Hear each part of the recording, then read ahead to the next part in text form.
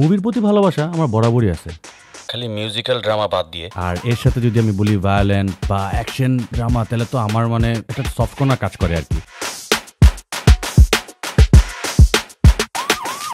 তো এর ভিতরে আমরা আজকাল যখন ছবি দেখি তখনই আমরা প্রায় দেখি যে এটা এ রেটেড মুভি, এটা আর রেটেড মুভি। মানে এটাকে আপনি বুঝেন?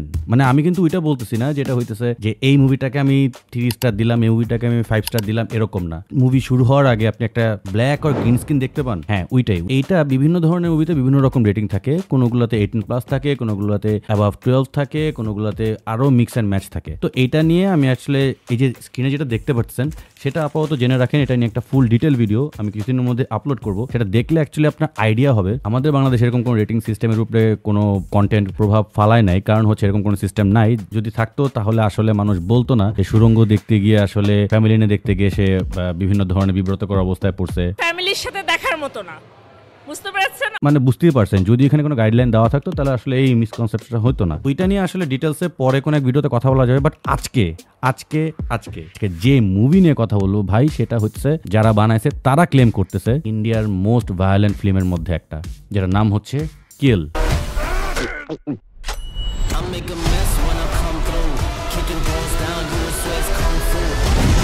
আমি ভাই এটা ট্রেলার দেখে ফেলছি, যদিও যখন রিলিজ হয় তখন দেখি নাই, বাট দেখছি। বাট ট্রেলারটা দেখার পর আমার মনে হলো যে এই মুভি তো হলে রিলিজ হয়েছে, মুভিটা দেখবো কেমনে। তখন ভাই আমরা বাঙালি, আমরা সবসময় ওয়ে খুঁজে বের করি। তো আর কি করলাম, গুগলে সার্চ, পেয়ে গেলাম একটা লিঙ্ক আর দেখে ফেললাম, যদিও হল প্রিন্ট। তারপরে আমি দেখে ফেলছি কিল। সবার আগে বলতে চাই, যারা আসলে এই যে রক্তারক্তি, মারামারি, হাবিজাবি এগুলা পছন্দ করেন এবং দেখলেই মাথা মুথা ঘুরায়, এরা ভুলে মুভি দেখতে যাবেন না।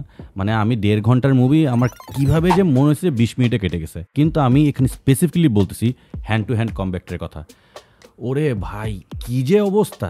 আমি একটু আপনাদের কাহিনীটা বলি হালকা করে, স্পয়লার দিচ্ছি না। ফার্স্ট অফ অল পুরো মুভিটা হচ্ছে একটা ট্রেনে করা কাহিনী। শুরু কিছুক্ষণ আপনি বাইরের সিন পাবেন, বাট যখন থেকে মনে হবে যে ট্রেনে উঠছে তখন থেকে কাহিনী শুরু, পুরো মুভিটা ট্রেনে। ভাই বিলিভ মি অর নট, এত জোস ট্রেনে এটা সম্ভব না। মানে কেমনে কি হয়েছে আই ডোন্ট নো ভাই, এরা পারছে, এবার দেখায় দিছে, আসলে অ্যাকচুয়ালি দেখায় দিছে এবং অ্যাকচুয়ালি ভায়োলেন্ট। এটা কিন্তু ভাই আমি রেটিং সিস্টেম নিয়ে বলছিলাম, এটা একটা আর রেটেড মুভি। আর রেটেডও বলা যায় এটাকে, আসলে এ রেটেডও বলা যায়। এরকম একটা মুভি সবার জন্য না, মুভিটা তারা কিন্তু বলেই দিছে। এরে ভাই যা করছে, 1-2টা ইয়াংস্টার একদম নিউ, আমি ঠিক নাম সম্পর্কে আমার আইডিয়া নেই, এখন গুগল সার্চ করে দেখাইতেছে আপনাদেরকে এই 2 নায়ক আর ভিলেনকে আমি চিনি টুকটাক। রাঘব জল ড্যান্স কম্পিটিশনে সে করছে, শোটও করছে, পোলাপান এমনে করছে অভিনয়, মানে আমি বুঝতে পারিনি এত জোস হবে। স্টোরির দিকে যান না, স্টোরির দিকে গেলে আমরা মানে অ্যানিমেল নিয়ে অনেক মারামারি করছি, যে স্টোরি খুব বেসিক স্টোরি, হাবি জাবি মশলা মাখানো কিছু নাই, কোনো রোমান্টিক গান নাই যে যেখানে অন্য উঠতেছে। ফার্স্টে 10 মিনিটের জন্য মনে হচ্ছে 10 মিনিট পরে মুভিটা শেষ, কাহিনী 10 মিনিটের মধ্যে মারামারি শেষ হয়ে যাবে। কেমন যে 10টা মিনিট 30 মিনিট হয়